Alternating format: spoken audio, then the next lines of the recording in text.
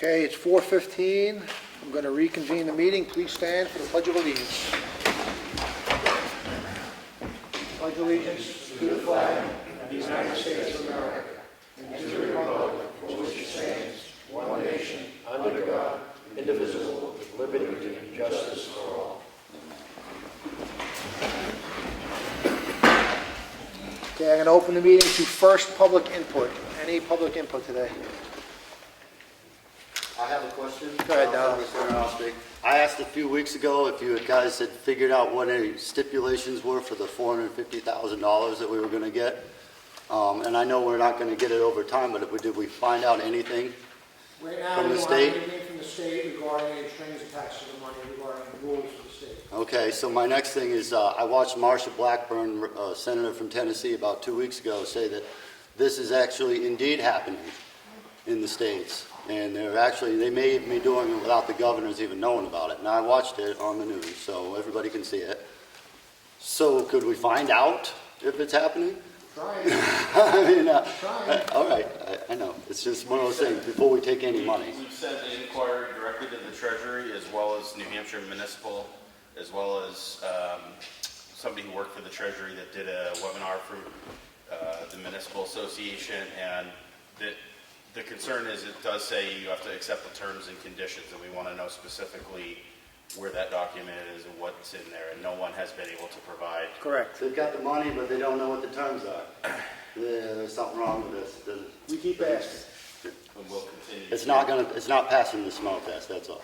So for populations over 50,000, the town or city has to request it from the federal government. For our state, for the most part, and for our purposes, it would be distributed to the state, and then the state would. So I don't know how long that time period is, but it'll be longer for us than if we were in a metropolitan area that would get directly from the feds.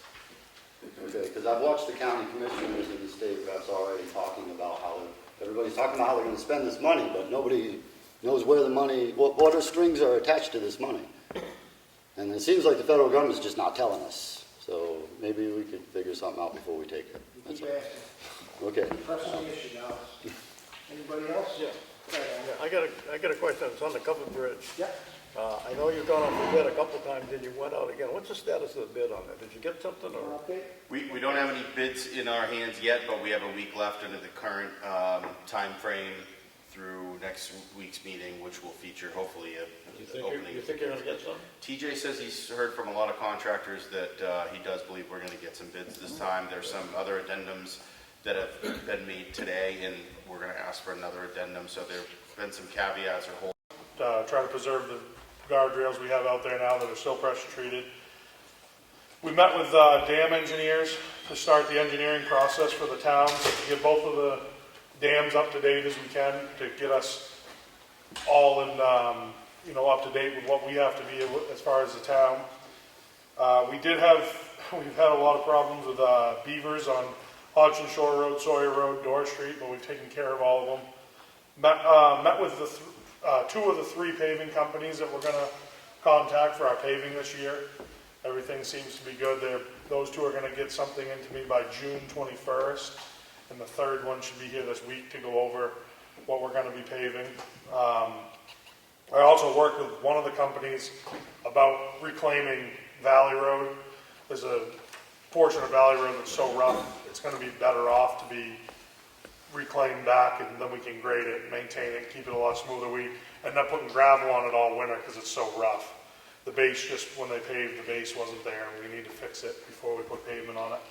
They're also going to grind Pine Hill so we can pull the rocks off that before we pave it, and try to put the little under drainage in and fix the base before we go ahead and pave it. Repaired street signs and some flower gardens that got hit over the winter. They did some of that beginning of the month. And there's a portion of Valley Road and Levitt Road that have standing water on Valley Road that's been that way for years. And Neil lowered the pipe, took care of the water, and redesigned the road so it's a lot more forgiving for traffic and for plowing. And did about the same thing on Levitt Road. We had a water issue there. One of the residents was getting a lot of the water. We reshaped it with gravel, so he's not getting so much water, and we're actually going to add a pipe there to try to relieve some of the water before he gets it. But And as far as government buildings, Chris is going around. He's mowing the cemeteries now, so they don't have to hire that out. It's going pretty good. Grass isn't growing that fast, but he's still mowing about every day, trying to keep up on the ball fields. And we had to change the locks in the highway department. They were old. And other than that, everything's going pretty good. Anything on the transfer station scale? Transfer station scale, I did a check on today. It should be here soon. I did line up a concrete company. They've ordered there was a 170% increase in rebar. So we had a huge increase in that. But I did get a company that can do it in the time frame. We're going to do the digging, and then they're going to do obviously the concrete work, and then the scale company will set the scale. We don't know yet. We've got to see what the state approves us on if we're going to do the paving this year. Might have to wait till next year and put it in the paving budget, but everything looks good to go. We moved one container already, trying to get used to that. That's not in a good spot. We're going to try it somewhere else and see what happens, but everything should be a go, and Tom was all set with the scale, so it should be good to go. Very good. Excellent, thank you, TJ. Tony, ready? Yes, sir. Busy month, May, as usual. We did get lucky on Memorial Day because it rained all weekend, so we weren't very busy. Kind of kept those guys in check. We responded to over 10,000 calls for service. No, that's not right. She wrote that wrong. It's supposed to be 1,100 calls for service. 10,000, you got I it. was like, whoa! You were really good. It's a 1,030 calls for service. She put an extra one in there. Trying to pad my stats, I guess. We arrested 14 people. Motor vehicle work's been pretty good. Motor vehicle accidents were down. Still working on getting our cruiser situated. As I explained, we're having issues with the chips. They're not, as everyone knows, all the cars are on hold because we can't get the chips. So we're not sure when we'll get the 2 new cruisers. We're trying to figure out that problem now to resolve it because our patrol cars are really limping to the finish line. Really nothing else besides that. We're ready for the Old Home Week. Fishing Derby's 26th. That's all squared away. I did that back in like March, I think, but I got the permits last week. So they'll stock the pond Friday night, and hopefully we'll catch. We're going to try to get director patrol down there so no one tries to fish us down there the night before the Derby the next morning. Especially you.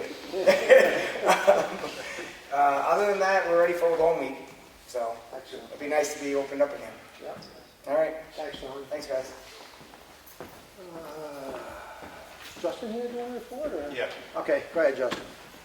Rec director. May was a busy month. Things starting to kind of get back to normal a little bit, so that's good, and things are picking up for me over there. T-ball season wrapped up beginning of May. We had 22 participants in that, so it was a good turnout. Dodgeball, which is a new program we had this year, as well, finished at the beginning of May. We had 35 people in that. That was really well liked. I think that's one of the programs we'll kind of bring back to sandwich in between the traditional sports seasons and things like that. So programs like that and floor hockey have been pretty popular, so we'll keep those going. Softball season ran through the month and is wrapping up here in the next couple of weeks. Our 10U softball team just won the Lakes Region Softball Championship Tournament over the weekend. Just got the trophy dropped off over in my office. I'm bringing it over to the school tomorrow to have them show it off, but very exciting for them. It's our first year in that league. With a lot of the towns that we traditionally play not having a season due to COVID, we jumped over in this new league, and it's gone really well, and I think we'll probably continue it in the future. Our 12U softball team has their end of the season tournament this coming weekend in Pittsfield on Saturday and Sunday, so that'll be exciting. That'll wrap up their season. We will be doing a summer softball this year, which is new. We're going in with Babe Ruth softball. Andy Johnson, who coaches, has done a great job and kind of really pushed for this. So we just got stuff in the mail, and there'll be a 12U softball team running through the summer and lead into the fall softball season that he did last year before I arrived. Snack Shack over at Constitution Park was open on May 1st and May 8th for the weekend games for our softball season. It was great to see it open back up and running. The Ossipee Area Community Center volunteered to kind of run the concession stand for us, so it was kind of a good test run. We're hoping to have that opened up even more next year and in the coming, the rest of this year when we have big events and stuff. So that went really well, and we're continuing to upgrade that. Leah Morrow, a local who has some connections with our softball team, painted a mural on the side. If you haven't seen it, next time you drive by Constitution, check it out. It's a beautiful softball with Wildcats underneath it. That's all finished and looks really nice, and we'll continue to upgrade that. TJ's crew has helped kind of clean up the inside and get rid of some stuff that didn't need to be there, so that's coming along nicely. Scott over at the town took a bar. We had a lawnmower donated to us. He went through that, fixed it all up, took the mower deck off, and now we're being used over at Constitution to help bring equipment from the storage shed to the field and drag the field in between softball games, as that field's starting to get some more use, and that'll help coaches and us out in terms of getting the field ready to play. Spring soccer wrapping up this week. We had 41 participants throughout the grades, so that's been great numbers. We're excited about that. Track and field has a couple more weeks left. Numbers are a little low in that. I think it's probably due to the fact there are no track meets this year due to COVID, so it's hard to convince young kids to just come out and run with no real payoff. So hopefully the numbers will go up next year, and I know the program hadn't run the last couple of years, so we'll get those numbers up in the coming years for sure. Day camp registrations opened up. I have, I think, all but 2 dates planned for summer. We're going on trips and kind of getting back to normal. We'll be going to the beach, going to parks, and all that kind of stuff. So that's filling up quickly. Just finished, we just interviewed the last staff member, and we're going to bring them on board. So just getting staff paperwork in, staff trainings next week for that, and then we'll start June 28th, full 8-week camp. So that's exciting. That'll be kind of the first real experience back into some normalcy here, and I'm excited for that. Kingswood football camp will be coming here June 15th, across the street to run a football clinic for 1st through 6th grade, I believe. So that's exciting. Hopefully get some more kids involved. I'm really trying to get a partnership with the athletic director and the coaches over there. A lot of times kids from here, it's a long ride to Wolfboro, so parents don't get to get us involved with those things. So if we get the teams to come to us and do some things, hopefully that'll get kids more into it. And then when they get to high school, they already kind of know the coaches and know the program, and hopefully that'll help everybody in the long run. Adult softball is going at the Y field Wednesdays, Fridays. That seems to be going well. Adult open gym has been running on Thursday nights here. Basketball, 10, 12, 14 people a night for that. They seem excited to be back in here, so that's going well. The highway crew got the skate park set up, so that's been going, and we've been seeing good use out there. People are excited to have something to do.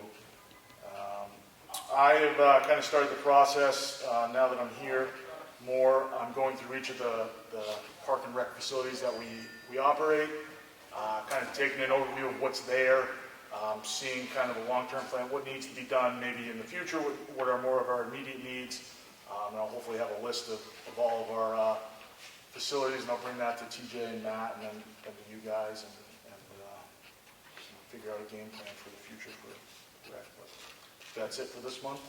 Any questions? Thank you for the thorough report. Appreciate it. Thank you. Okay, Town Clerk Kelly. And we'll start with the town park. We started in May. We did the rabies clinic over at the Constitution in conjunction with Animal Kindness. It was not a good turnout.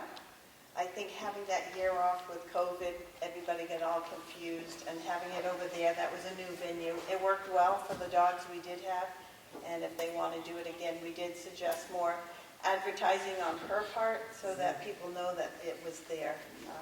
We were there for our local people to register their dogs, and they actually had other people from other towns come and get their rabies shots. Licenses were due April 30th. You got a buy in May, and now you're paying an additional $1 fee for if you haven't registered your dog. And come June 18th, if you haven't registered your dog, there will be a civil forfeiture of $25 plus a $5 fee for either the police going out to hand deliver it to you, or if it's served by mail. So that needs to be done by the 18th. June 30th is the state's fiscal year-end, and that requires us in our office to do an inventory of all our plates, decals, anything the state owns, and equipment. The dollars that we received in the clerk's office was $161,506.64, and just under $29,000 was used with credit cards. And for the tax collectors, the receivables for May was $140,656.24, and just over $13,000 for the tax kiosk. Our first half warrant was for $7,338,284. They were mailed out on May 25th, and they are due July 1st. The total outstanding for the end of May was for $7,920,224.40. And so far this month, actually just last week, for the 2021 taxes, we've collected about $545,000. Tax deeding is June 21st. If you haven't paid your taxes and you're looking to see what your balance is and to figure out how we can get this done, it is 4:30 on the 21st. We will be taking property for those who have not. Water and sewer bills have gone out. The May usage went out June 4th and due July 12th. Our office will be closed July 5th for Independence Day, and we are keeping appointments. We ask that you call for appointments. If you happen to come in without an appointment, we will wait on you if we have an opening. And we've done that way for the last year. It's worked, and so we're going to keep our appointments. Any questions? How many properties remain on the tax deeding list? 68.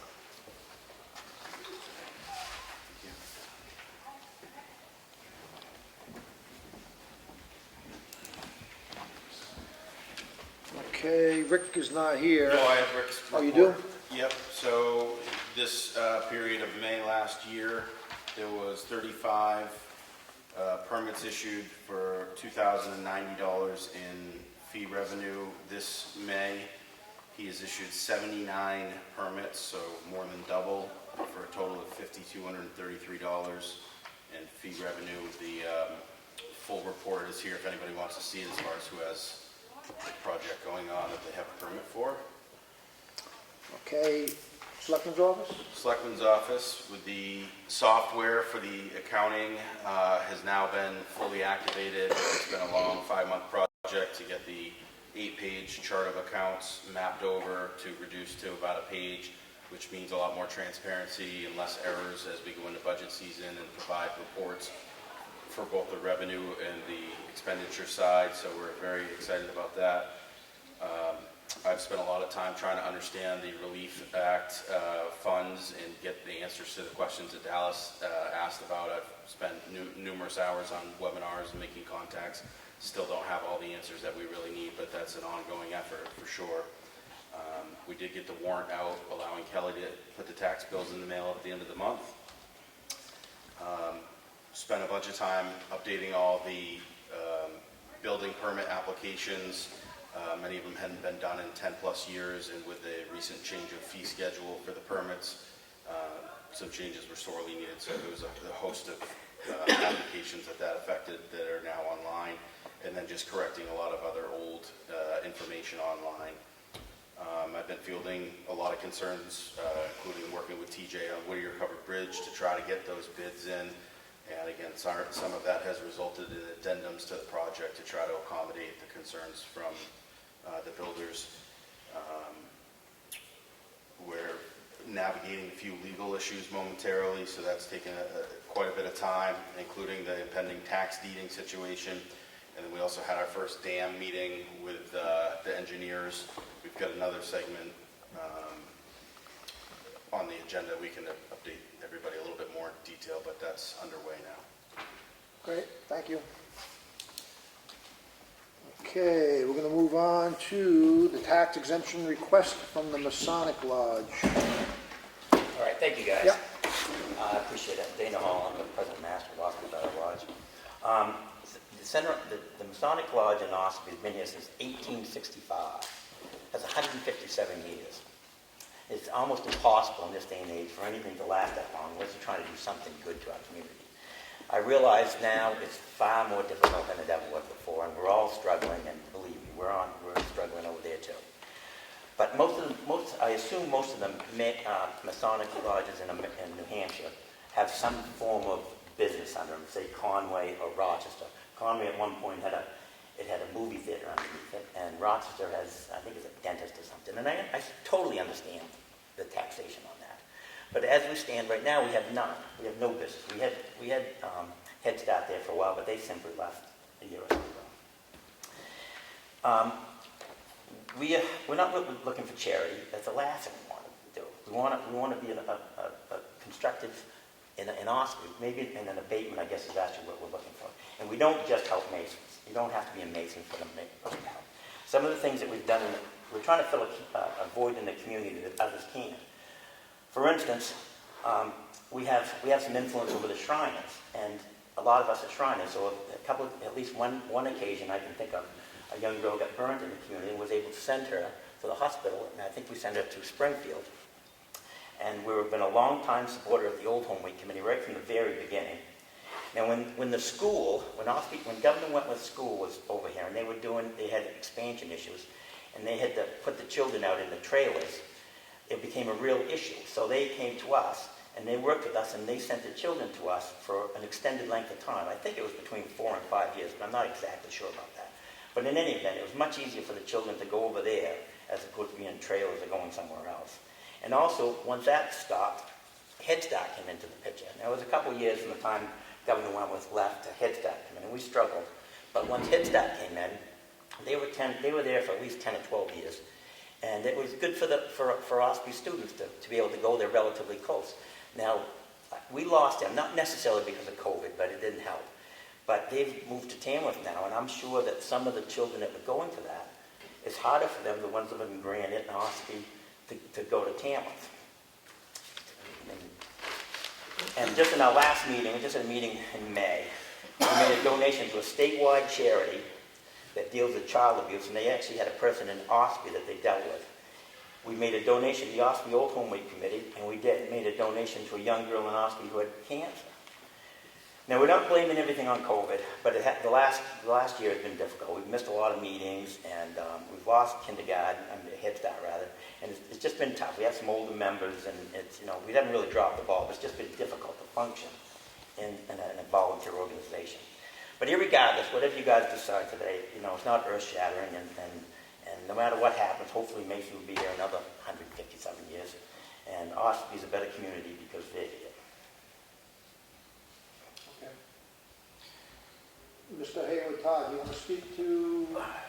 Well, I mean, first I appreciate, and I'm probably not alone, all the charitable works that you do, and anybody that does charitable works should be commended.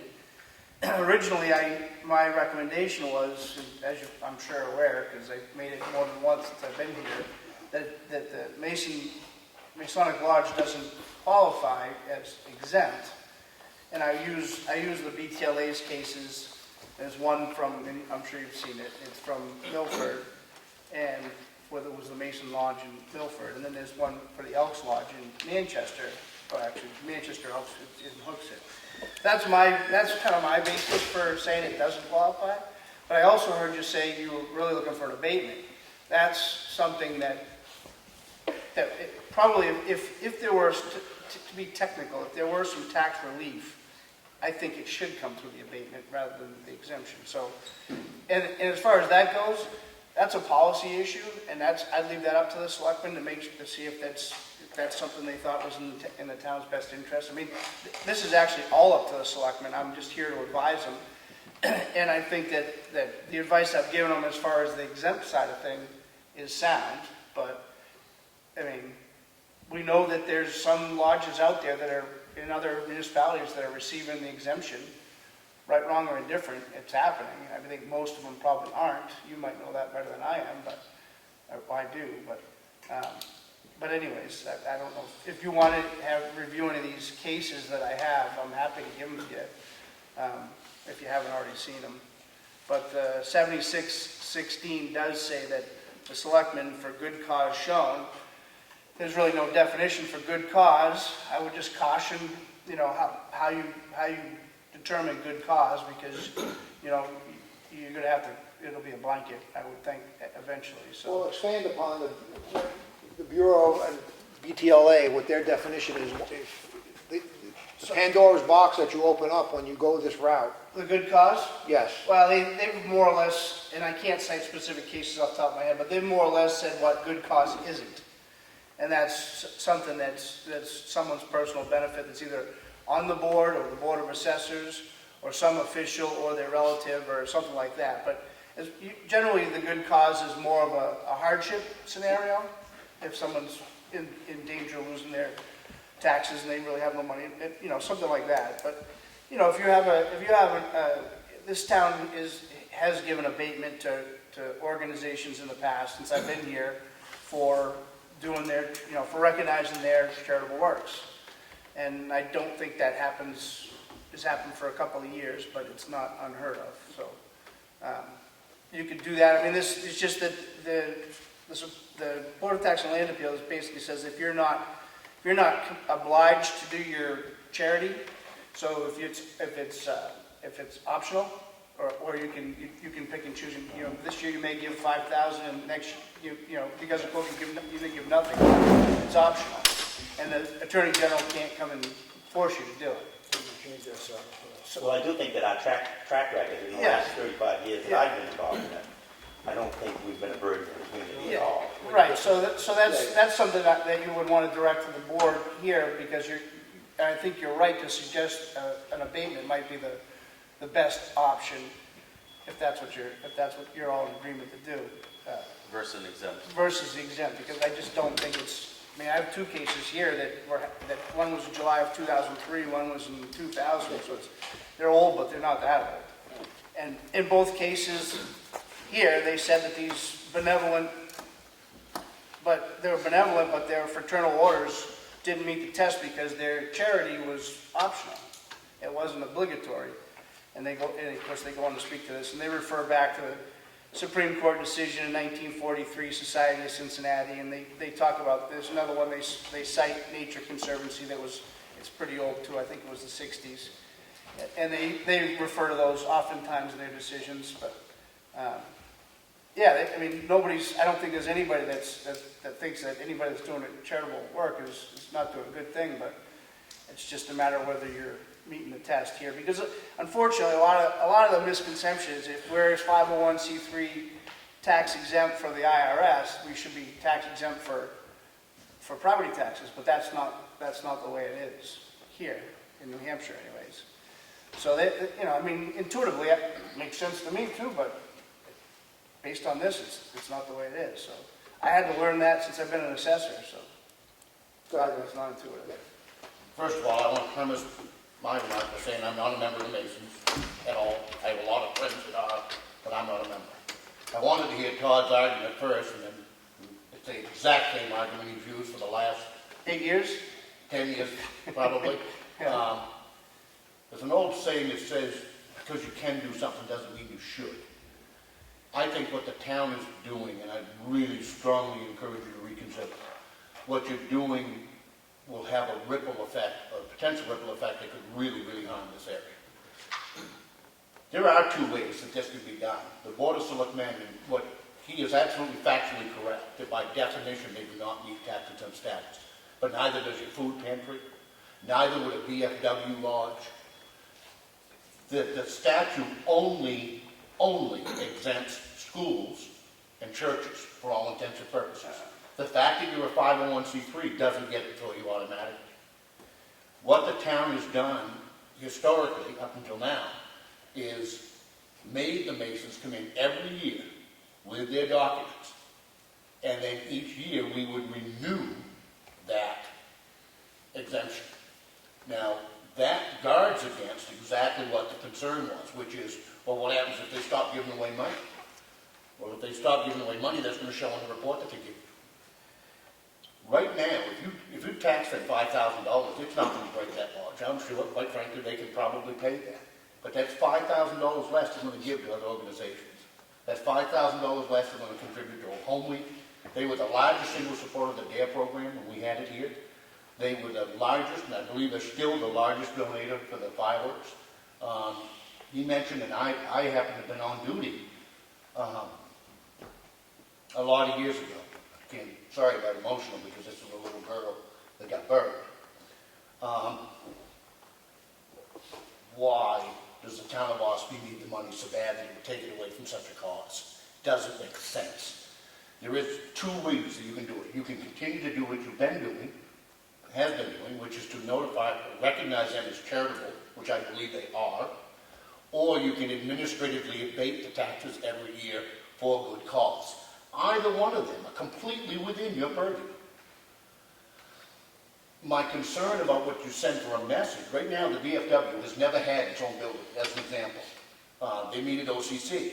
If somebody gave them a building tomorrow, using this language, using this policy, you would tax them out of existence in the first 5 years. It makes no sense.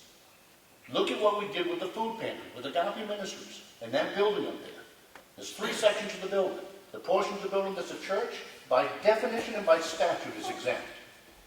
The portion of the building that's a food pantry, we exempt. We recognize as a benefit to the town. It's not covered by statute. By statute, they're not entitled to that exemption. Even though they're a 501c3 food pantry, they're not entitled to an exemption. The town of Ossipee exempts them for the food pantry. The portion of the building that is a business, which is a thrift store, they pay taxes on. Completely and totally appropriate use of the exemption and abatement portions. To do this will not cripple the Masons. I think it's short-sighted. I know it'll snub up the amount of money that they can give away. But the ripple effects that it could have on your other nonprofits, and nonprofits still to come, I just don't see the town of Ossipee being so financially strapped that we need to screw people who are helping other Ossipee residents. Makes no sense. So just for clarity, the veterans organizations they have their own different statutes. So they have a carve out, so they would automatically be exempt. And if it was a Buddhist temple or a Muslim temple, it would be exempt. But not a Masonic. Under religious. Is that, but this, let me just to clarify your point, Rick. That's in the law, the clarification on religious exemptions, not the Masonic laws. Well, as far as I know, the Masons aren't religious. That's what I'm getting at. Rick was saying a Buddhist temple or whatever, but that's a Right. religious organization, Right. which the RSA allows that exemption. So in the case, but in any event, the law requires all the charities to apply every year. So no matter what, you'd have to file the A9 and the A12. Which they've been doing. Yeah. And then you're supposed to review them annually, and I usually give you a recommendation when they come in, and it probably hasn't changed much for. Probably hasn't. And then you can take it from, you can I take give it. your name for consistency. Yeah. I just disagree with you. Right. Personally, I just think that in my, from my standpoint, it's hard to grant something that really isn't covered. You know what I'm saying? So that's why I say if you think that you want to give some relief or something for the good works they do, it should come in the form of an abatement for a good cause under 7616. It's just, But do you then? It's semantics. disagree with Hold on, that? Rick, hold on. yeah, it's semantics. It's just you're going to get to the same same end, it's just how you apply it, Go ahead, Ray. you know? But then I guess my question would be then, is that, then you're gonna redo that against you're gonna start taxing the food pantry and make them come in and ask for an exemption afterwards? You see what I'm saying? It makes no sense. They're not exempt. Well, that's how they dealt with it for a few years.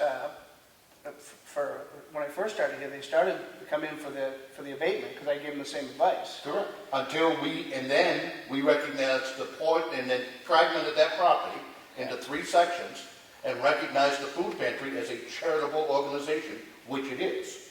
If you're gonna change the policy, then you're gonna treat everybody the same. I think it's my wrong. next question. Does that food pantry meet the standard for an exemption under the law? I'm pretty sure my advice was the same with that, too. It doesn't, Yeah, Well, because it's not a government mandated function, right. which is a. so then, in my mind, if the statute of the RSA doesn't allow the exemption under the law, the correct process is the abatement for good cause. It also gives the Board of Selectmen, you have the authority to recognize any organization as a charitable organization. What the cases that have been challenged and gone, for the most part, are organizations which also have a business part of it. When we had an Elks Lodge, they had a bar which was open to the public. That's a taxable property and should be. There is a very big, that the Board of Selectmen, there's nothing inappropriate about this for the 3 of you, which has been done now for years and years and years, to make them apply every year, as they do, but for you, based on that report, to continue to find that they're a charitable organization that should not be taxed. That is completely appropriate. If you don't want to do that, what you then do is you make them come in and jump through some hoops every year, and the boards will change, as they always have. So you're saying that they are taxable, but then we're going to make you give us a reason why you're not, when you're already doing the exact same thing. But again, Todd, does the law allow the exemption? That's what I want to clarify that again. Does it allow the exemption to these organizations? Is it black and white? Can I make Yeah, I would say that this case framework probably would say no, and I would say that the fact that the legislation that gets proposed fairly frequently over the last 20 years to exempt Masonic halls specifically fails the legislature, that kind of leads me to believe the legislature's not on board with it. But like I said, that doesn't handcuff you completely.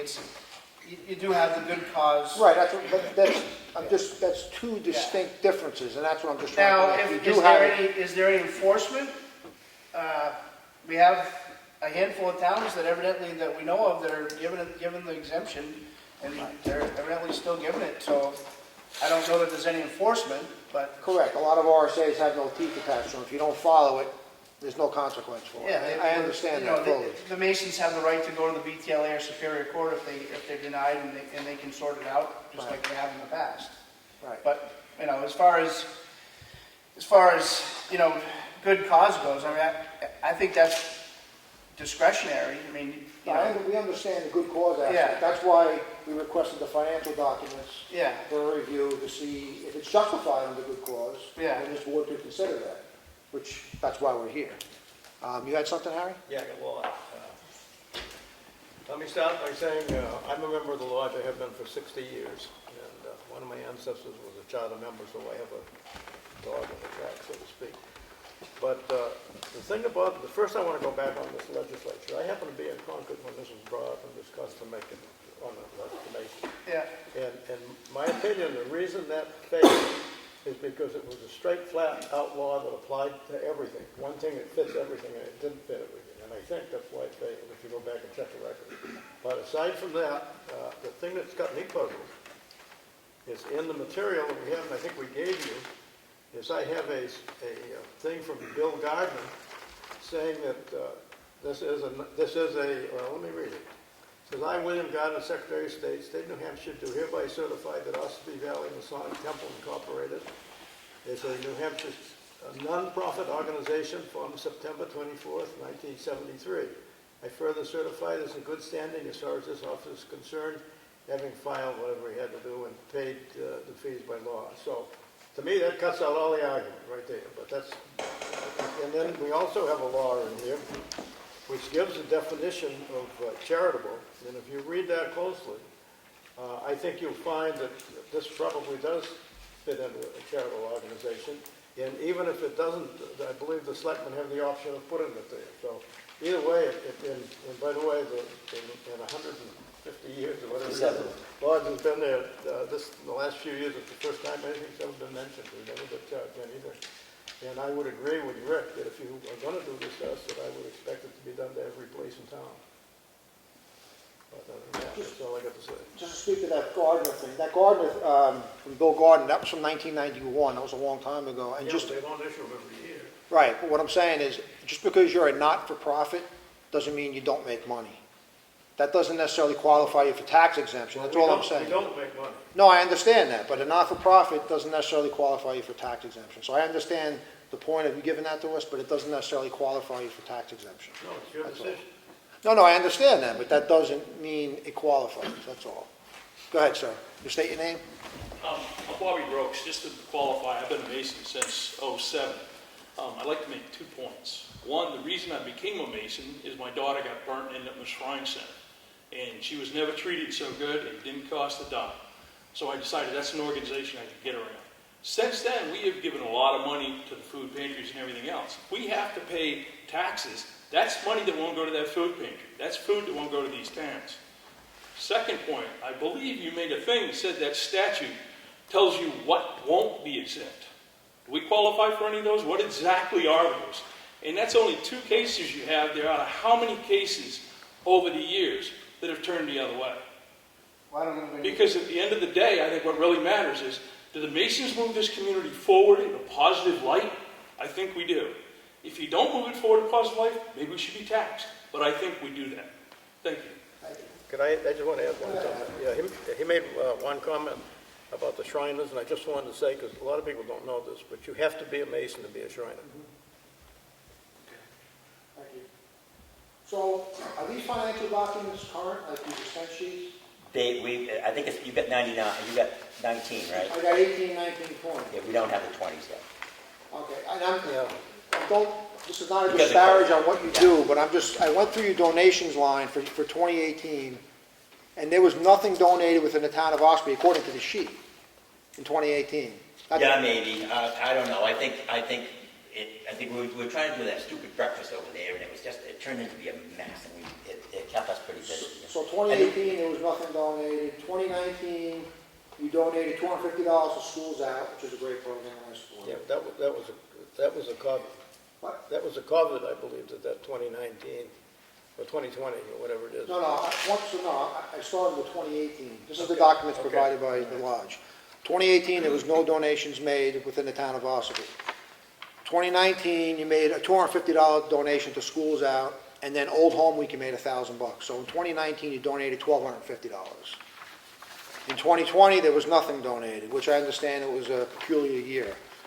So the documents, I understand your purpose, and I'm not here to disparage it, but we are stewards of the taxpayers' money. So if I'm not correct, Todd, the bill would be about $4,500 a year, roughly? I think that's. I believe so. So roughly I'm not 45,000, positive whatever. the assessment is. It's around 250, isn't it? So the way this board was looking at it is, we have a whole list of outside agencies here that come in every year for money, direct cash payment to them, which this is not really direct cash payment, it's a $5,000 gift basically by not charging you the taxes. And every one of these agencies comes to us and justifies and qualifies to how they serve the people of Ossipee. And every one of them does it overwhelmingly well. They come in and they say, we serve 60 people here, we do 40, whatever. It's clear, it's concise.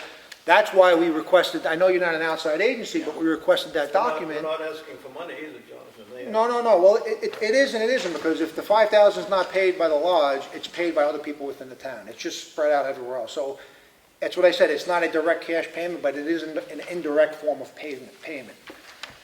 Anyway, every outside agency comes here and justifies the need. And again, this is not to disparage what you do. You got a great organization. I don't dispute that. I thank you for volunteer service. I volunteer a lot of my time.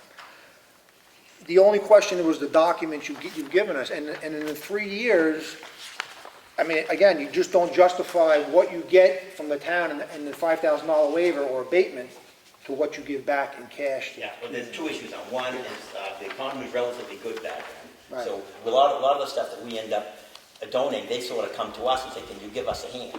So if the economy was good, we did. But the second thing, we were helping Head Start a lot. We were giving them a break on that to try to keep them going. And it finally, we couldn't keep them going. They finally left. Right. Because they just couldn't get enough money between what we were trying to help them out. We cut them out, we cut them and give them help them for the plow, and we were paying the electric, we were trying to keep the place going.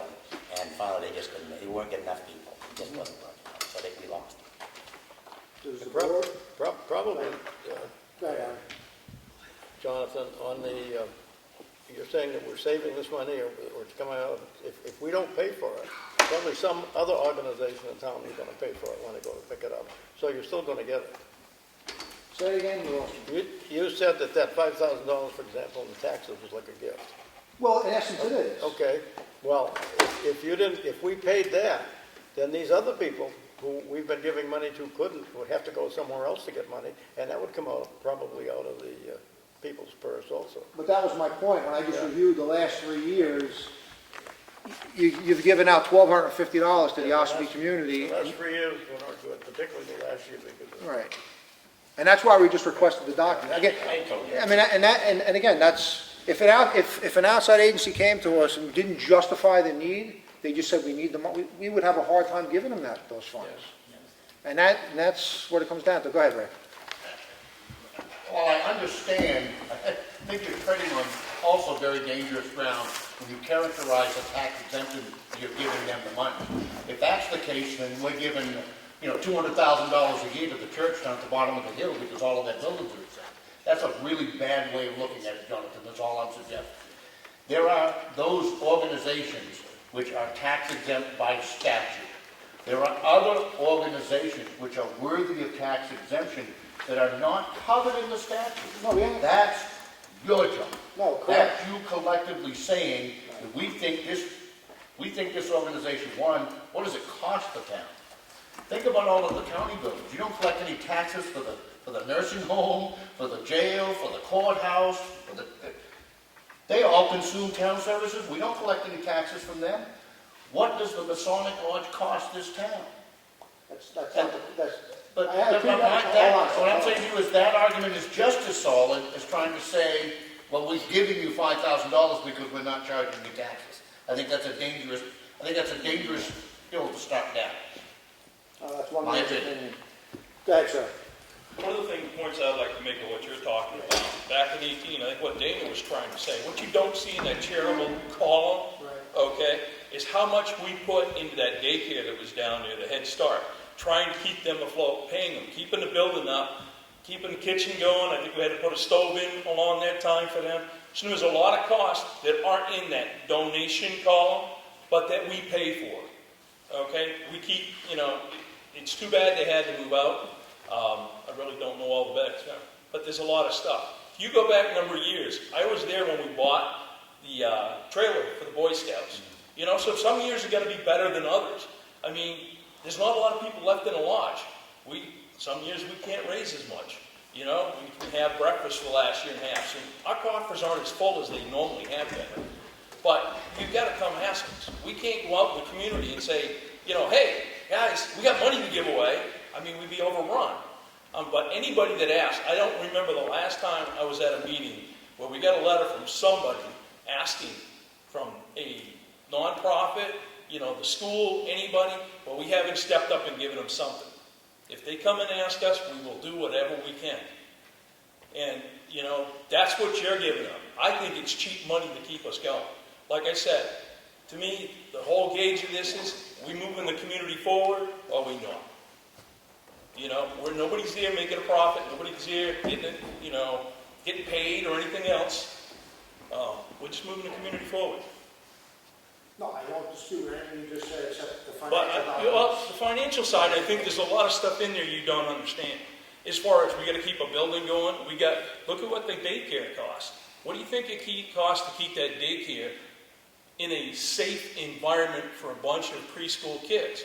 Okay, they did a great job down there, and we went down, we put a new floor in for them. We did a lot of stuff for that daycare.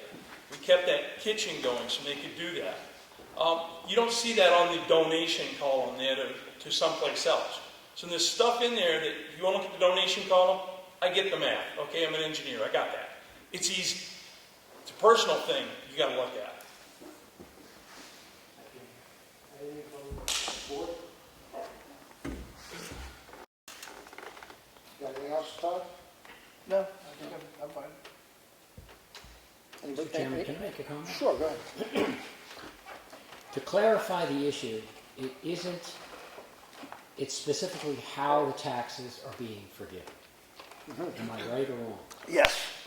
So either an abatement or an exemption or any other item, it still means the way you're forgiving the taxes. Correct. Is that correct? Correct.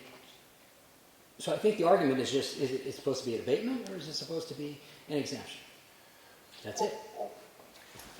Can I just Sure, go ahead. make a comment? I mean, I think that, it's their discretion to say no, which I'm not advising. I'm trying not to stay out of the policies, but they could say half or You're talking on the 25%. good cause for an abatement you're referring to. Yeah, for abatement. Alright. So That's that's not guaranteed it's going to be the same result as if you're tax exempt. So I just want to make sure that that's clear. It could be, but it doesn't mean it's guaranteed.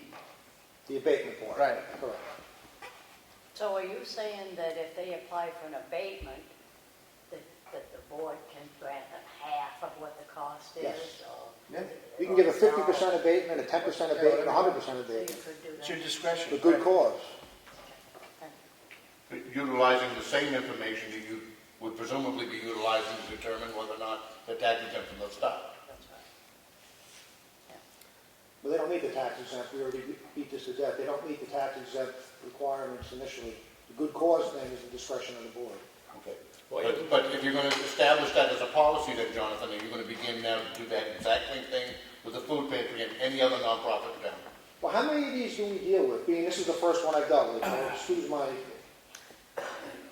That's a valid point, I'm not going to The disagree. food pantry was the other one that came in, originally was part of the, when I first came here, I gave my opinions on it. The food pantry was the other one that I remember that probably didn't qualify. And so the board at the time decided to give it the good cause abatement. Okay. And I think they did some fraction of the taxes, so it wasn't 100%, it was something less than that. And then a few years ago, the board decided, instead of having them come back every year for abatement, just to make them prorated exempt, and that's where they stand now. That was against my advice, but that was the decision, and we administered it that way. Can Go ahead, can somebody explain to me why that memo from Bill Gardner is still not good? Because we still file with the state every year, so, on a very similar material. So you filed with the Attorney General's office, Charitable Trust Unit now.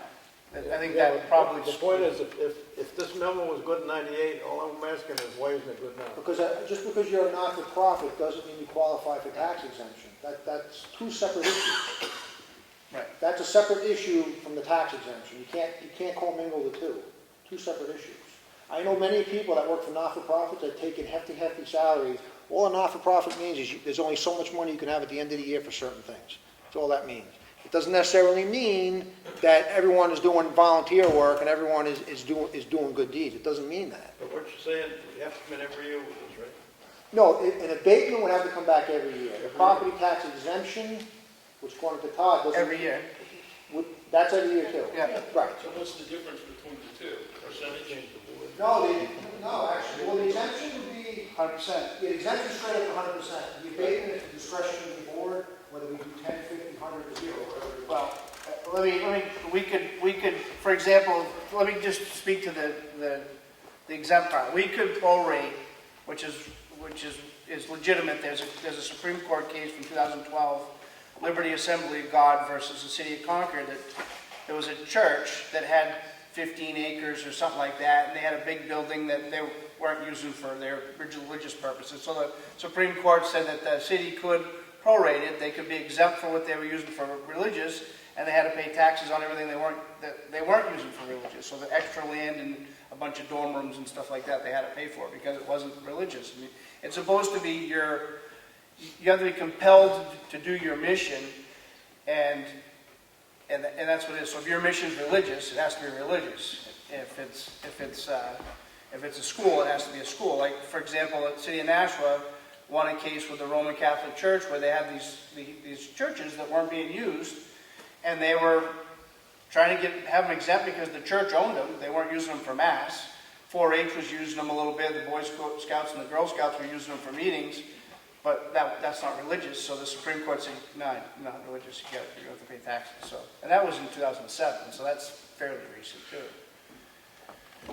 But anyways, so you could, I guess my point is you could, you could say, well, if you have this part of your building it's not part of your mission, we could prorate that. So you could prorate it, but, it has to be, in any case, you have to be using your property for your mission. And it has to be something that you're compelled to do and obligatory, not voluntary, is kind of the key sticking points. Sorry, Bob. Yeah, I have a question. How much land are we talking about, 5 first of all? acres. How many? 5 acres. 5 acres.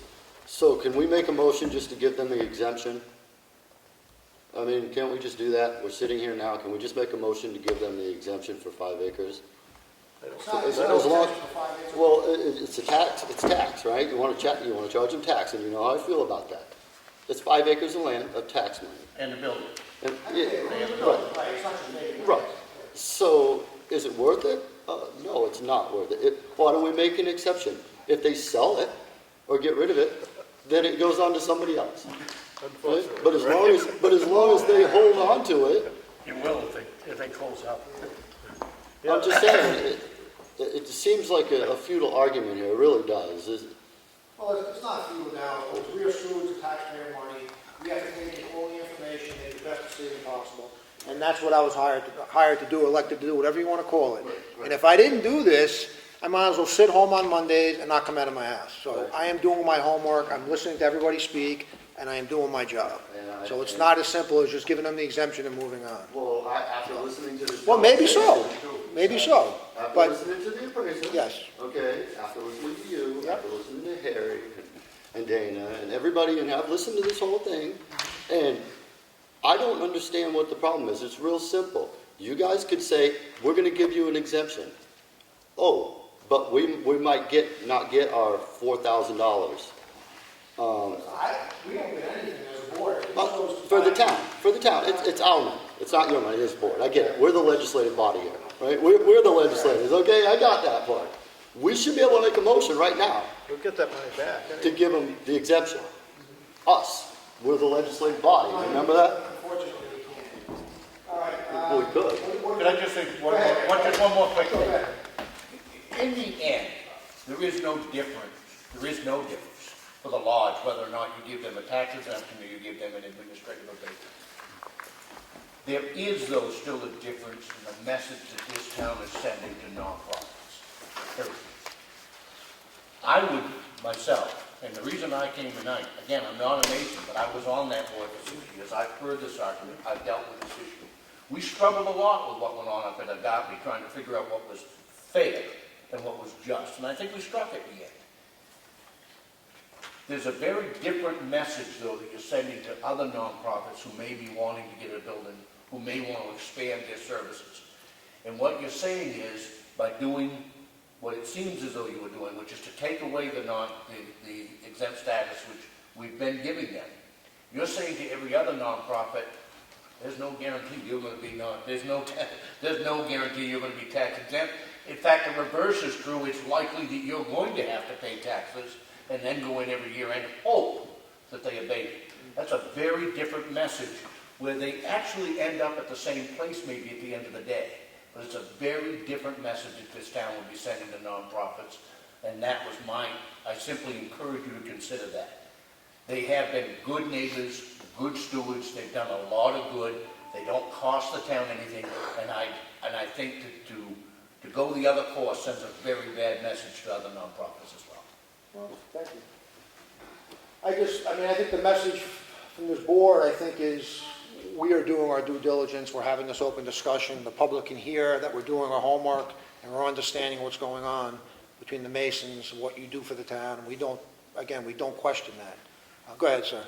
I just want to say that Rick makes a valid point. Not only belong to the Masons, but I'm deep into the 4-H and the treasurer for Carroll County, all that stuff. If we have to come in, say the food pantry down the street, and we have to make every year and come in and wonder, how can we plan for growth? How can we, you're taking up resources from volunteers. And I'm not saying that we shouldn't send in the documents. That's part of it, okay? We should do a little work for that. But if we've got to come in and wonder every year, do we pay 10%, do we pay 20%, do we pay 50%, do we pay it all, do we pay none? How do you plan for growth? How do you plan what you can do? And I don't know about you, but in business, we have a 2, a 5, and a 10-year plan. And, that's just how it's done. That's how you grow anything and provide services. And you can't do that if I can't count on, well, do I pay taxes this year, or what do I pay, or, it's the unknown. That's the worst thing you can have in business. I just wish your financial documents were more thorough. I wish they were too. I mean, they're pretty, Pretty vague. they're pretty, Like I said before, the 16 to 19, the economy was pretty good, and we didn't have a lot of people bothered. Nobody really came to us. A few people, not much, so we helped out. But we're trying to keep, we had to buy a furnace, we had to buy the building expensive to operate, we had to plow it, heat it, electricity. I mean, it cost us probably $5,000 to $10,000 to keep that stupid building up. And we just weren't getting it from daycare. We just wasn't getting some of it. We kept coming to the middle, trying to work essentially between losing students and us financially couldn't run it anymore. It just didn't work out anymore. what is the goal for the space down at the Head Start down there? We'd like to get somebody else. What was that? We'd like to get someone else in there. Because we can't afford it. We just can't afford it. It's too much. It costs too much. I got one more question. Sure, go ahead. You guys said you're the only ones to deal with the Shriners. How can we get the little cars back in the parade? I'm just saying. Because I used to love that. Well, one thing I will say about the financial system. Call them up and ask them, but I think they charge $350 or something like that. I'd pay it just to get them in there. Is remember, the guy that put that together is a volunteer. He's not an accountant, okay? We don't do that to give you documents. We didn't do that in 18 to give you documents. And that was my point I was trying to make about if you look under donations, that's just what we write a check to. That's not everything we give the town, I would love to see another Head Start or another daycare in that basement. We gave them cheap rent, and we gave them a lot of other things that you're not going to find on that donation list there.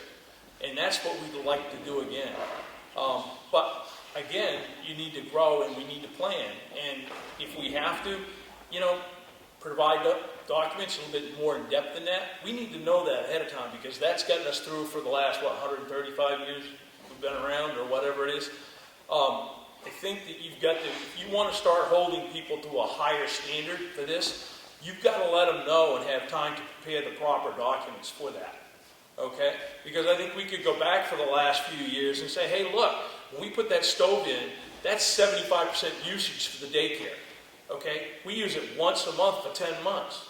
Okay? Not a lot of time for us there. We could cook outside, not a big deal. We put the new furnace in. We put the new floor in. We didn't need a new floor downstairs. Okay? But we put that in because we want the kids running around on old linoleum. All right? So there's a lot of stuff that are not in that document there that we provide to the town that doesn't show up in the donations column.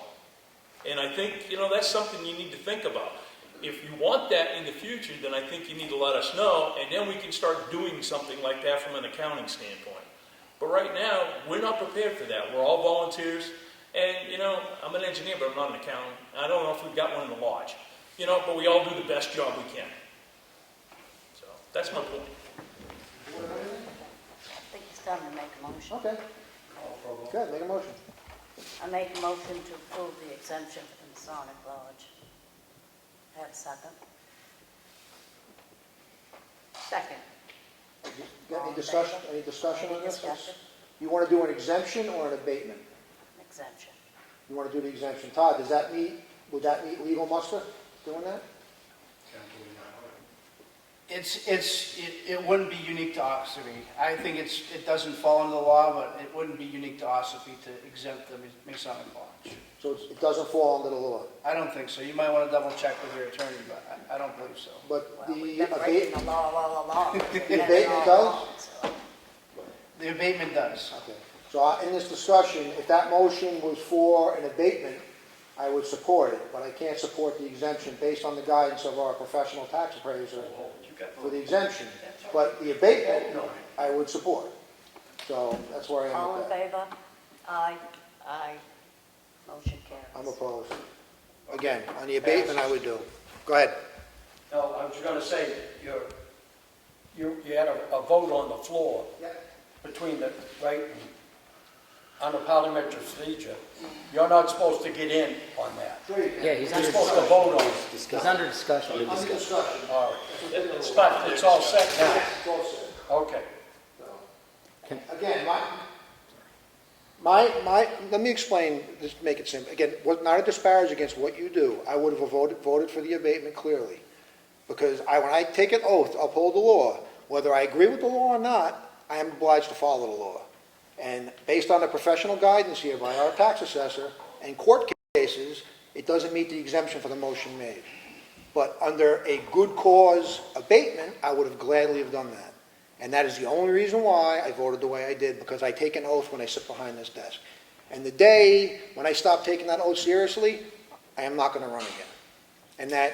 So I hope you don't take it as personal, hard feelings, but that is what I swear to do when I take an oath. And what do we have to do next year? We go through this again? No, they just granted you the exemption, you're good.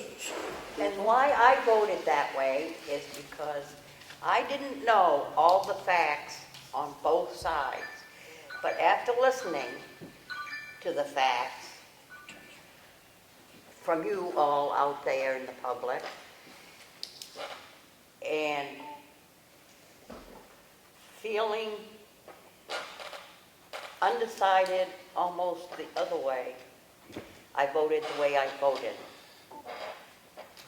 Thank you. So I appreciate you coming, it was a good discussion. I got one question for your tax assessor. I thought you said earlier in this that there was, the law stated what could be, not what No. is. No. How vague is that law? There'd be decisions out there that, like, Well, it's the City decision, of you Berlin- can find one that goes either way. the city of Berlin gave some abatements a couple of years ago, and they recently had a decision, and the Board of Tax and Land Appeals said that there were illegal abatements and made them pay it back. But before you go, can I just... Go ahead. Just an administrative thing. The finances, A12, Yep. are supposed to be in by June 1st. I know.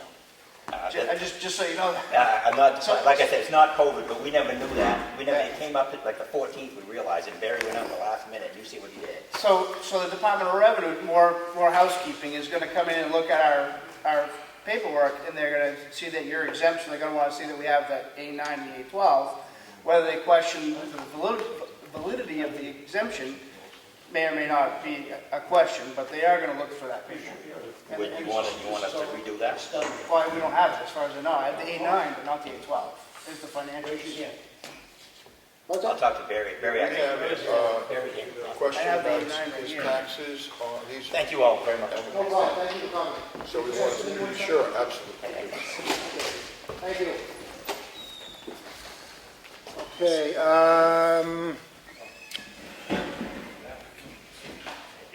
actually, that's going to be that's under public input, correct, Matt? You're going to have to wait till the next public input? Well, that's why I'm trying to push him through. He had a stroke a couple of years ago. Okay. It's getting to him. That's why we sat through this whole thing, and he was like falling apart. That's why I want to get it moving. Okay, so It's we'll okay make with an, yeah, you? we'll make an exception, we'll put you on now, rather than next public input. Thank you. So just state your name and your case of being here. Well, this is Robert Steinhauer. My You name's talk Robert yourself. Steinhauer. Okay. I'd just like Leo to talk for me. We've been friends almost 50 Sure. years. He had the stroke. He gets confused a lot by this stuff. I mean, he's perfectly normal and do whatever anybody does. But when it comes to legal mumbo jumbo and all this stuff, he gets confused very easily, okay? He had open heart surgery, believe it or not, on Valentine's Day last year, of all days to have open heart surgery, right? So he's disabled. Up until he had the stroke, he had a job. He was working, refinishing wood floors, hard work for somebody in his 50s, but he was doing it Once he had the stroke, he couldn't work anymore. So he's on Social Security disability now. He gets a minimal amount, what, $1,100 a month? That's all he can live on. So he's been staying with me part of the time. I don't get any money from him. He's a good friend. He has nowhere else to go. And then he comes up to Ossipee to his trailer at Terrace Pines, okay? His trailer, when they decided to start assessing, it was 2016, I think, they assessed it at, according to this, $13,700, even though his trailer is 36 years old and in horrible condition. They reassessed it. They assessed it at $5,500 Right, first. Kelly was great in giving us information. In 2019, it was reassessed to $5,800, and in 2021, it was reassessed down to $1,400. Because of his problems with all this stuff, he wasn't always on time, and he owes back money, okay? Part of the issue is, all of his legal address is his brother in Milford, Massachusetts, and his brother gets his mail. The latest letter we got the day, his brother sends all his mail at once, the day after the money was due. So we called Kelly. She said, well, you take care of him when you're up here, give me something. So we sent $225 back, I don't know if that's in here, and then he paid another $560 because he got a letter about his 2018 taxes. So the amount that they had him owing, including interest, was $1,500 and change, $1,552. With the money he's paid, it's down to like $997. A lot of that is interest. A lot of that is because his trailer, which hasn't really changed much, and Todd, we sent you some documents for an abatement, but that was only good for 2020 or 2021. And he got a reduction at that time, okay? So what we're trying to do here is have what he either owes now either dismissed or reduced, because A, he's disabled, and really the lateness and all that stuff, I understand you have your rules, but he was really pretty much incapable of figuring that out. As soon as I saw it, we contacted Kelly immediately, and we tried to take some steps to remediate this. And he, again, it was overassessed to $13,700 for 3 years, and then 2 years to $5,800, and now it's down to $1,400. So if you look at how much he paid, it's more than it would have been if it had been assessed at that value to begin with. I'm just looking to just bring the cost down a little bit. And my understanding, and I'm not sure, but my understanding from what he told me was the initial assessed value, and Todd probably knows better than me about this, obviously no better, was based on the square footage, not on the condition of the trailer. It's 36 years old. He's done everything he can to maintain it, but it's not in great shape. But this is his home for the summer. And then he'll come back to me. He's on the list for Section 8 and Champ housing, but he's been waiting for years for that, and they haven't come through. And as a result, he either stays with me or his brother or some other friends when he can. So we're looking for good, I guess the word I heard in the whole conversation was good cause. We're hoping, for some sort of mercy or understanding on your part, and to at least, make it less, if not dismiss the whole thing that he owes entirely at this point. Because he has, since the beginning of the year, he's paid $225 and $560. And that's more than if this was assessed at the $1,400 back in 2016, that's more than his total tax liability would have been.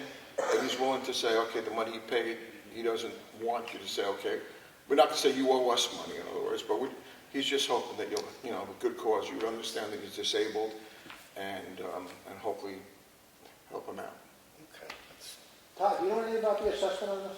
So as I recall, like I said, I don't have the specifics in front of me, but I do recall going out there. So around 2015 or 16, the law was passed that they were going to exempt RVs that were 8.5 feet wide roadward, on the road, where bump outs would go in, and it would be 8.5 feet. If they were registered, they'd be exempt. If they're not registered, then they're supposed to be taxed. Long story short, the Department of Revenue was insistent that we went out and pick them all up, so we did. I forget your last name, sir? Mr. Steinhauer's got a park model. It's like a 12 by 40 or 36 or something like that. Yeah. And so we went out there and we did base the assessment on the square foot and called it a park model, so usually those are a little bit better than the regular RVs and whatnot. Long story short, we didn't get inside. I did speak with him, I believe, at the hearings in 2019, so I did drop it down in 2019 to 5,000. And he filed for abatement, was it for 2019, last year? I think it was. Yeah, so he filed for abatement for on the 5,000.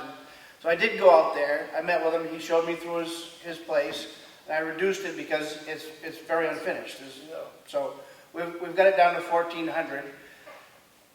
I don't see why that value probably wasn't similar in prior years because of the condition it's in. So in this case, so the 7616 says if you're aggrieved, you're supposed to appeal by March 1st.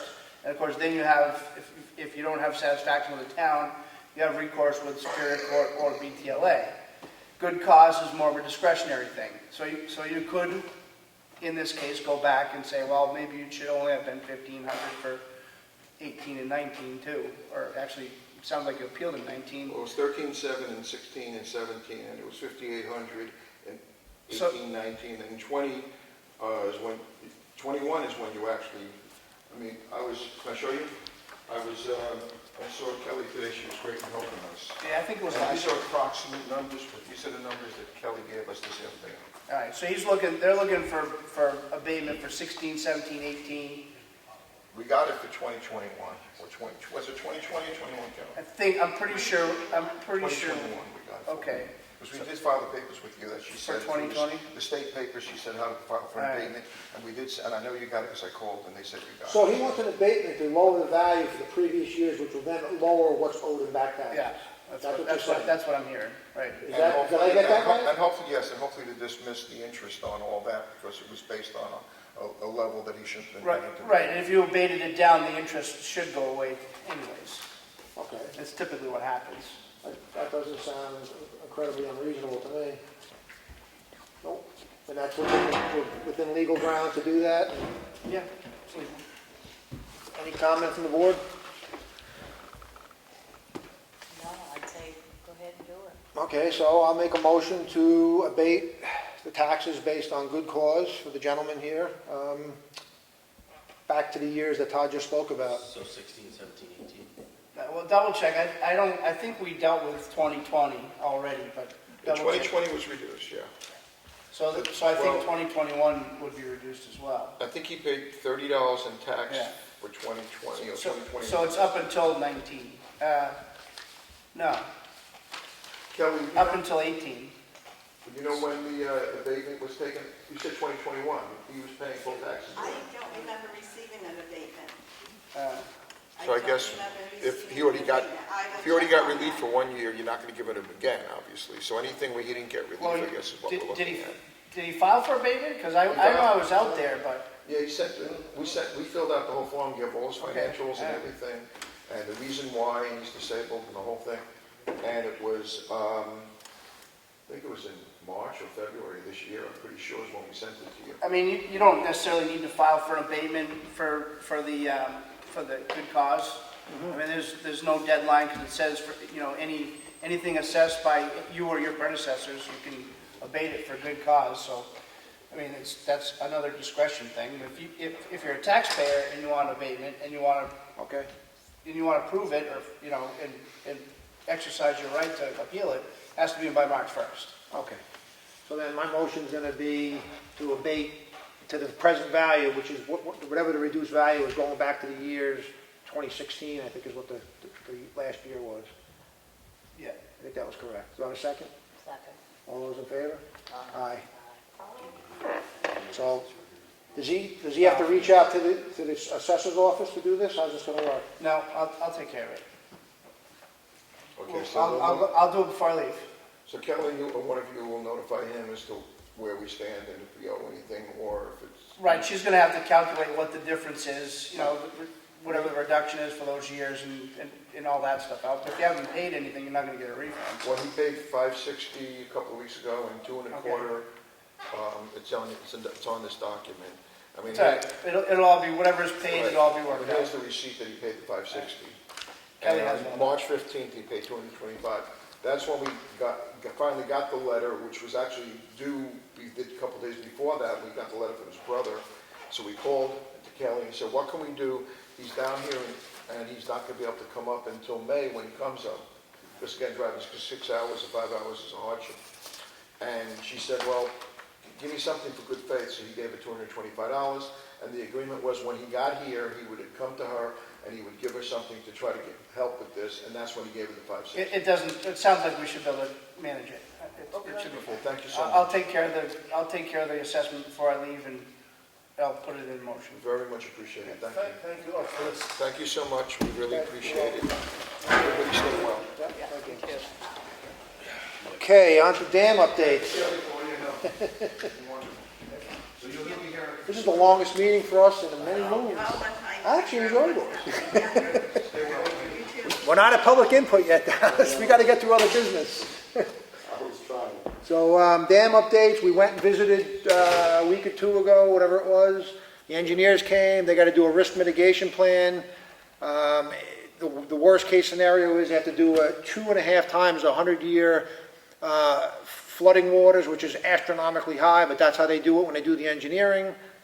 And based on that, the mill pond's probably going to need significant upgrades. There's a whole issue with the fence that's on top, that can't stay, so we're meeting tomorrow morning, right, 10 o'clock, with DES and some other engineer to determine if we can actually have a fence, a breakaway fence to possibly keep the dam. If there's no fence, there's no more dam. It's really that simple. But this will take years to play out a lot longer than we thought. Yeah, this is not something that's going to happen today or tomorrow. This is going to be a multi-year process. Even if the dam is removed, it's multi-years. It's a long process. So that's dam updates. Okay. Martha, you ready with your documents? I am. The town of Ossipee check voucher totals for payroll week ending June 5th to the pay date of June 8th. Total payroll was $110,186.35. Total accounts payable was $34,618.93. Make a motion to approve that. Second, all in favor? Aye. I have a selectmen's workshop session for Monday, May 17th. I make a motion to approve these. Second, all in favor? Aye. I have a selectmen's work session for Monday, May 24th. Make a motion to approve these. Second, all in favor? Aye. I have the selectmen's regular meeting for Monday, May 24th. Make a motion to approve these. Did we sign that, Mark? I don't think I signed it. There's corrections that That one. Sue This one's- recognized some typos and we'll get a, All right. is that right, Sue? Yes. All right, so I'll withdraw this one. Okay, yeah, we'll do it next meeting. And that one too. And the public hearing too? Yeah. Nobody's. All right, I have the recycling center daily cash log for the month of May 2021. Total collected was $22,347. That's all I have. I have a year tax levy in the amount of $3,154.09 for map 263, lot 15. And the yield tax due. I make a motion, we approve this year tax levy. I'll second. All those in favor? Aye. Motion carries. I got a request for a clerical abatement in the amount of $108. Map 29, lot 1, sub 336. It is recommended by the assessing clerk. I make a motion, we approve this clerical abatement. I'll second. All those in favor? Aye. Aye. I have a supplemental warrant in the amount of $1 map 117, sub 1. I make a motion we approve this supplemental warrant. I'll second. All those in favor? Aye. Aye.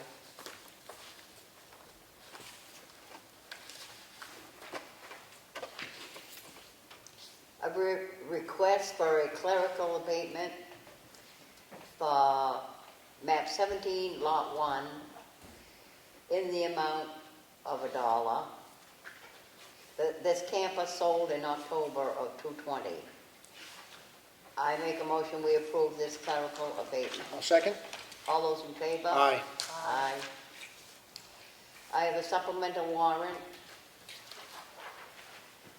in the amount of $18, map 29, sub 1. And this camper sold in October of 2020. I make a motion we approve this supplemental warrant. I'll second. All those in favor? Aye. Aye.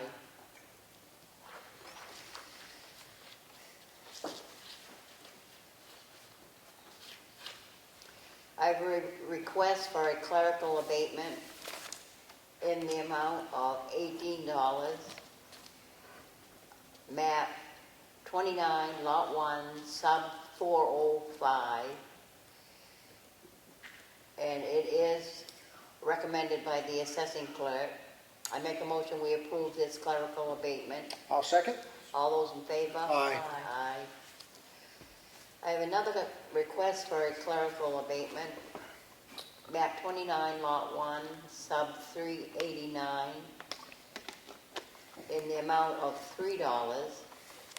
It is recommended by the assessing clerk. I make a motion we approve this clerical abatement. I'll second. All those in favor? Aye. Aye. I have a clerical abatement in the amount of $127.29, map 29, lot 1, sub 42. I just received this bill of sale. This camper sold in August of 2020. The new owners should have received the December bill. It is recommended by the assessor. I make a motion we approve this clerical abatement. I'll second. All those in favor? Aye. I have a clerical abatement in the amount of $88 for map 29, lot 1, sub 42. It is recommended by the assessing clerk. I make a motion we approve this clerical abatement. I'll second. All those in favor? Aye. Aye. I have a water and sewer tax warrant in the amount of $21,696. I'll make a motion to approve this. Second? All those in favor? Aye. Aye. I have an abatement application for water and sewer department for map 90, lot 44, in the amount of $133.95. Should have been charged only basic at $36.50, was charged $170.45. Make a motion to approve this. Second? All those in favor? Aye. So you have to sign that one. I have a supplemental tax warrant in the amount of $3. It's from from map 29, subdivision 1, subdivision 389, that's what it says. 110 Nichols Road in the amount of $3. Property sold in January of 2021. Make a motion to approve this. Second? All those in favor? Aye. I have a supplemental tax warrant in the amount of $486 for map 11, subdivision 40, 40 Navajo Trail. Property was sold in January. Make a motion to approve this. Second? All those in favor? Aye.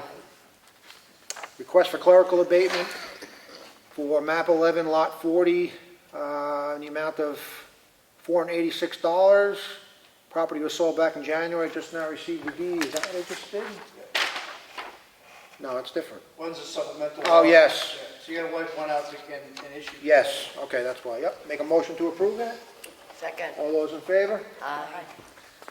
I have a request for a clerical abatement for map 17, lot 1, subdivision G1, in the amount of $61. The camper was registered as of April 1st, 2021. Make a motion to approve this. Second? All those in favor? Aye. I got a supplemental tax warrant in the amount of $88 for map 29, lot 1, subdivision 42, in the amount of $88. The property was sold in August. Make a motion to approve this. Second. All those in favor? Aye. I have a request for abatement for map 126, lot 20, 38 Route 28. Refund abatement amount is $1,415.77. They were being assessed for a gravel excavation operation, which doesn't exist. Make a motion to approve this? Second. All those in favor? Aye. I got a water and sewer tax warrant in the amount of $33,838.13. Make a motion to approve this. Second. All those in favor? Aye. Aye. Okay, that's it for my documents. I zipped through those. Okay, any old business? Anything? No. No, new business? Nothing? No. Okay, second public input. You had a question before. I did. You brought up the dam. Yep. You told everybody you were going to be down there at 9 o'clock on Wednesday morning. Guess who was sitting there waiting? Yeah, we didn't get over there till... Yeah, you didn't get over there at 9 o'clock. We were here at 9, we were in a meeting at Grand Longer. So I sat there for a half hour, 45 minutes, and waited for my 9 o'clock meeting that everybody was supposed to go to. So I figured I'd bring that up. I'm just saying, that was a week and a half or so ago. Yeah, I wanted to bring it up just because you did say 9 o'clock. Sorry. I did have another question, and I lost it for a second, so let me get it back. What are they talking about doing with the dam? You're talking about on Ossipee Mountain Road and Mill Pond on Moltenville there, Yeah. and Big Danhole Dam. Big Danhole Pond. the two dams, 2 dams, yeah.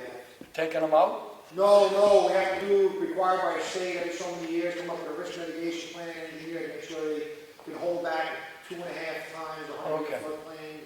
All right, So it's normal business, but it's All right. expensive business. that's all I need. I did have my other question. Right. So I want to go back to the school budget. Did anybody ask any questions about why it's $1 million or more? It's almost $2 million more. They went through it in the deliberative session. I'm sure you can go online and find the slideshow in their documents, and they lay it all out. Okay, because I must have missed that, Yeah. because I don't really do the Zoom thing very well. Right. So did anybody revisit Joe Haas with his No. constitutional No. Supreme Court decision on that? So really, other than somebody getting up and saying, we would like you to not do this anymore, we've got nothing, right? I mean, you'd have to vote on it. It's a Supreme Court decision. I mean, it's of this year. I mean, it's new to everybody. It's new. No. If it is such a case, it's going to go through its proper channels, and I'm sure we'll be informed as to how. So what is the proper channel? Because according to him, it's right here. We start with one person who goes to the select board. Well, no, but I mean, I understand you don't, but you take it from our attorney who's never won a case. So I'm just saying, he's got a Supreme Court decision that he's talking about. It's an actual decision. So, that must mean something, must hold some weight. Well, I'm sure if that is in fact the case, I'm sure it's going to, the Supreme Court case is always going to affect something in the future. I'm sure it's going to happen. But it has to start at a local level, right? Okay, so I'm just, because that's 2/3 of our tax bill. 2/3 of our tax bill is the school. I don't disagree with you. So, I mean, if everybody would show up, maybe we could get something done. Well, it's not here for the school. No. Right. So just to go back, a couple years ago, I was part of creating an official budget committee warrant article and a tax cap warrant article for the school district. We got all these people to sign the petition, we submitted it to the deliberative session. Guess how many people showed up to support those warrant articles? 5. So, you don't need to lecture, I know you're not lecturing me, but you don't need to tell me about participation. I've been there, I've done it. If people cared enough, they would show up. Silence is golden, as the old saying Well, I goes. guess we just need more people to show up. Well, I don't disagree with you. So I just wanted to revisit that, so it was still fresh in everybody's mind that this is new. And it's been passed by the Supreme Court that it's unconstitutional. And at some point, we have to think about that. Like, how are we going to handle that when somebody actually does do it? You know, they're going to wait and say, hey, the legislature's not doing anything. Our government's. The Goes corruption. back to the school committee. What was that? There they have the last say, don't they, the school committee? Well, the people vote on the budget, but you have. Right, but that's what I'm saying. Yeah, you have the whole process to get the budget passed. It just doesn't happen with the way you want. All right, so I'm just wondering, I'm wondering out loud, I guess, is what I'm doing. Again, I'm going to repeat this, and I'm going to close this meeting because it's been long. If the people were deeply concerned about their school taxes, they would show up at those meetings and make it heard, but they're not doing it. That's right. And I don't know what more to say. Right, no. So on that note, go ahead. Go ahead. I'm trying to speed it up. Okay, going back to the Masonic Lodge. Yeah. You had an abatement. It looks like legally the right course of action was the abatement, but that's my opinion. Right. And I don't play an attorney on TV or I'm not an attorney, so. But if this is challenged, couldn't someone put in a petition warrant article and have the town go through the whole public hearings and then put like a permanent exemption in? I mean, I don't know if that's legal to do that for taxes, but that could be an option. Well, I think that, and I could be wrong, but I think that there has to be a law that enables local option. So it's all, New Hampshire's a federal system, so the local municipalities can only do what state law allows them to do. So if there's a law that allows local option, you can put it on a warrant. I don't believe that's the case with the exempt properties. That would have to be in statute enabling us. Yeah, there should be an enabling statute. You know, like for the solar exemption, or if you want to raise your elderly amounts or anything like that, you put it on a warrant and it gets voted on at town meeting. But you can only do that because it's enabling legislation. Okay. My follow-up is about the school. Did Governor Wentworth send you the list of students? And if they have you checked it? Because what I made a mistake of years ago is I didn't realize that in some of these towns, they actually had more students that got into school, and that's why the taxes went up. So I'm trying to figure out, because I know Effingham got their list, Brookfield got their list of students. And then you have to check it. So if there were more, you're going to pay more. Of course, yeah. It was also COVID-19 where if you speak to some of the teachers, they did a lot of remote classroom. This is not something easy to do. Talk to the We teachers. checked the list. We've done that, studied it a lot in the past, so they're a lot more careful about who gets charged for Ossipee. I just want to make sure the information's right because the public will have it in their mind that if the school district has just raised the budget or they're just raising, their costs, but it may be due to the students. The amount of students. Because a lot of people have moved up here, as you know, through all the closings. Well, based on an increase, I would say it's definitely student-based because it's an 80-20 formula, so. But if it is student, you should make sure the public knows that it's because you have more students and more people are moving up here, et cetera, that it is not a mismanagement of the school. Not to say I could find other things to complain about the school, but I've learned a lot over the years by talking to teachers because they're the ones that are working with the students. And it is not an easy job, some of these students that come into the school from Ossipee. So I'm just saying you should back that cost out, and that would be the We have interest. in the past, we've been very careful with that. Thank you. Some of the streets, people mistake it and think it's Effingham. I think it's Ossipee, it's really Effingham or Top of the Borough. We picked up a lot of kids. Sue would remember that. She's worked on that before. Yes. Yeah, we just have to be fair to the school district because, the school board works hard, the teachers work hard, and if it gets out in public that, they just raise their budget, and we should all have the information. If you go on a deliberative session, that's what I was telling Dallas, it explains that. It gets into ADM, it gets into all the costs. It does explain the increase, but you just have to spend the time to sit there and watch. You can actually watch the video when they did it. So it's not a one sentence answer. Make it to this meeting right now. Well, I'm just saying, the information is out there, so it is available, and Ed's point is valid. Yeah, I understand. Can I get that in writing? But we didn't really get an explanation is all I was getting at. They raised the budget, but it was like, okay, it's this much more. No reason why, it's just this much more. We don't explain that, that's not what we do. I'm just saying. The school board explained it. I'm just saying. Hey. We don't control that budget. Very difficult for me to even watch the school board meeting. My final comment is about my final comment is about the American Rescue Plan Act. That's what you were talking about this morning. Yes. you don't pay you don't pay dues to the New Hampshire Association of Counties, but you do pay dues to the New Hampshire Municipal Association. But since you pay taxes to the county, then I would ask them for the legal document that they produce for all the counties in the state on how to use that money. We got that. Yeah, Oh, we you have did that. that. And No, we got how to use it. His question is, what are if there's any strings attached, like if you take this money, do you have to do X, Y, or Z in compliance? Like you have to surrender anything, your sovereignty in any way to take this money. But they had several attorneys working on that form, the document for the counties. I'm just saying utilize everything. Yeah. Because that question should be answered by them easily, because they had their attorneys review it all. So if it's in there, they'll find it. Again, Because I called the governor's office, didn't get an answer. He's been on whatever, trying to get that answer. He can't get that. We really having difficulty to get that answer. Well, I guess it was a good question. It is, it's a valid question. Thank you, Mr. Okay. Chairman. Anything else? Because then I'm going to adjourn this meeting. You have something? Yes, sir. Public input? My name's Nathan Seaman, and I made an agreement with my mother to buy her house, and she didn't explain to me her tax situation. I should have done my due diligence, and I didn't. But I have given my mother the money to pay that bill twice now, and she's left the state and kind of left me high and dry. I understand that you guys are going to seize the property. And all I'm asking, I have the money to pay it. I just need an extra 2 weeks. And I'm not asking for anything other than just 2 weeks to finish a job, to pay the $4,800. Well, just to make it clear, the property doesn't get seized upon deeding.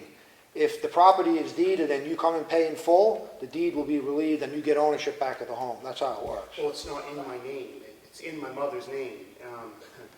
So then you're paying your mother's tax bill. Yes, it's how it's been. So then you're paying it off from your mother. That's an issue between you and your mother. Yes, but you guys have gone above and beyond with my mother, and she keeps breaking payment arrangements with you. I understand that. I was just asking if you'd hold off on that process for an extra 2 weeks and just let me pay it. I don't think we can do that. It's June 21st. Yeah. I mean, that is 2 weeks. No, 2 weeks from then, because Well, again, if it is deeded and you come in and pay it, that deed will be lifted. You'll be fine. It'll be right back. It'll be basically what you're requesting right now. The deed will be lifted. So at the end, You the want property. to realize What was that? that the property, that's not, just because you pay the taxes, that does not mean it's your property. no, I understand that. It's still in your mother's I still name, have to so- finish paying it off with her, but Well, And my suggestion. everybody else is just ready to walk away. If you're concerned, you can come in directly and pay directly, so the money is assessed to the taxes. How do I get her name off the deed? How You do I have to go about that? Well, that's a legal issue. She'd have to sign it over to you, and you have to file it with the county. It's a real estate transaction. So even if you guys did seize it, then there's no way to get her name off that? Not through us. We don't control any of that. We have no say in that. All right.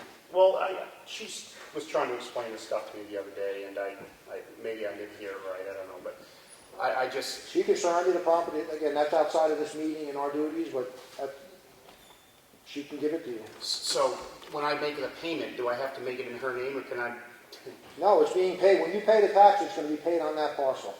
It's not even her name. It's on the parcel. And is it when I pay the 2018, will you guys make a payment arrangement for the remainder? No, because then she'll have another year to start paying for the 2019s and the 2020s. Well, I can pay that monthly. It's going to be about Yeah, $300 a month. If you choose to pay monthly, you can set it Well, up. the current taxes in our agreement are my responsibility. Right. So it's the back taxes, though, that are, I didn't know. I was told there was like $5,000 owed on it. I gave her the money, and come to find out, she hadn't made a payment to you guys since 2020, and been lying to me the whole time. And I come to find out there's like $16,000 owed, and I could have paid that off with the amount of money I've given her, plus this payment coming up. I could have paid off all the back taxes. So just to get to your payment plan, if you so choose to send in a monthly payment to the tax collector, you can choose to do that. That's fine. Okay. Can I ask a question? Just let him finish first. Are you finished, sir? Yeah, we've come a long way, and I just scared to death of failing my wife again. That's all. I was just going to ask you a question, not you. Well, ask me the question. Okay. In what he just said, he did say he made an arrangement with his mother. Is that in some kind of writing? Do you have it in writing that you made arrangements with her? Would that be construed as a contract with her to give him the property? Guys, we've got a long day, so I'm just asking. I mean, because he's obviously trying to save the property. I understand his plight. That's going to have to be dealt with him and his mother, do a monthly payment plan with the town clerk beyond this payment. So if you pay it in full, the deed will be lifted and you'll take ownership again. Okay, so, all right. Okay. I just wanted to make sure I wasn't going to be out of my rear end come. No, no, but if you don't pay up, then eventually that will happen. Okay, That is the ultimate consequence. awesome. That's all I wanted to know. All right, well, thank you.